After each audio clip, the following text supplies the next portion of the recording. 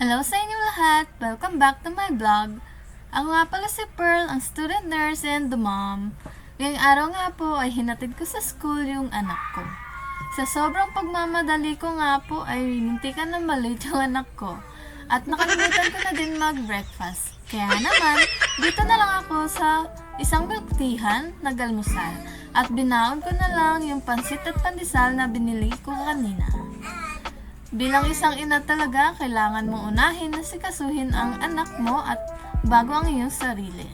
Masaya sa puso na nabibigay at naalagaan mo ng mabuti yung anak mo. Dapat ma-master mo ang pagbabalanse sa iyong buhay.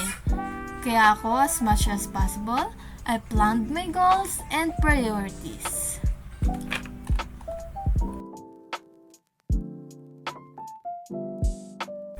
Ngayong araw nga po ay magta-tryout tayo ng badminton para sa foundation week na paparating. Kailangan maging aktibo tayo para naman manatiling energized at focus ang ating katawan. Sabi nga nila, galaw-galaw para di ma-stroke. Ayan na nga po, papunta na kami sa court kung saan kami magta-tryout. Naglakad pa kami ng mga 5 minutes bago makarating. Nandito na nga po tayo sa court kung saan tayo magta-tryout. At ayan yung mga kasamahan ko na nagwa-warm up na, and bago tayo mag-start, mag-warm up din tayo.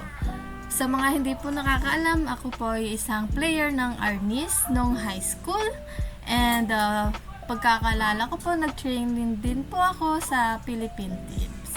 So, pero hindi na po tayo pinalal dahil masyado pa tayong bata noon and hindi pa tayo matured.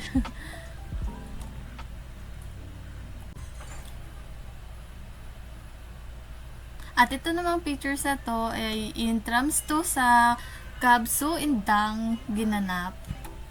At ayan, mag-start na tayo, mag-warm up. Stretch muna, baka mabali yung mga buto-buto natin.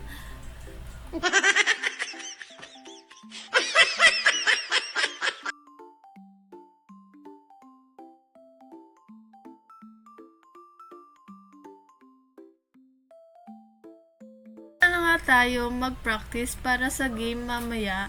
So, yun, kinuha ko na yung raketa ko at shuttlecock. So, natatawa ako dyan kasi sabi ng isang kasama ko, hindi pa daw nag-start pero pawis na ako. Paano ba naman ang init dyan sa court? And sino ba naman hindi papawisan talaga? Ayan, practice muna tayo. Stretch muna para mamaya hindi bigla yung katawan natin, and para ma-prepare din tayo paano yung strategy na gagawin natin mamaya. So, ayan, kalaro ko dyan si Lindsay, classmate ko, and sumali siya sa doubles. Ako naman sa singles.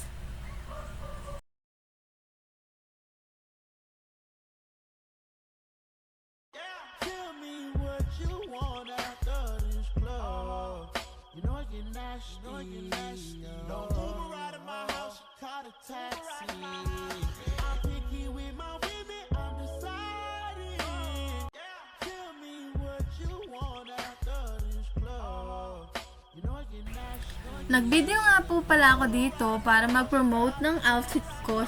Binili ko nga lang po ito sa TikTok. And ayan. So, ipopromote ko po ito para naman may konting racket tayo, diba? Nag-start na nga po pala yung first set ng tryout for singles. So, ayan po sila, yung partner niya.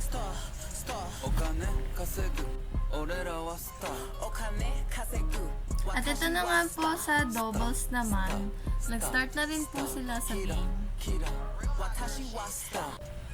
At ayan nga po tayo, start na ng game. First set po to ng laro ko, and dito nga po is nanalo po tayo sa game na to. Kalaro ko dito is si Sandra, classmate. Naging classmate ko din po ito nung first sem, first year.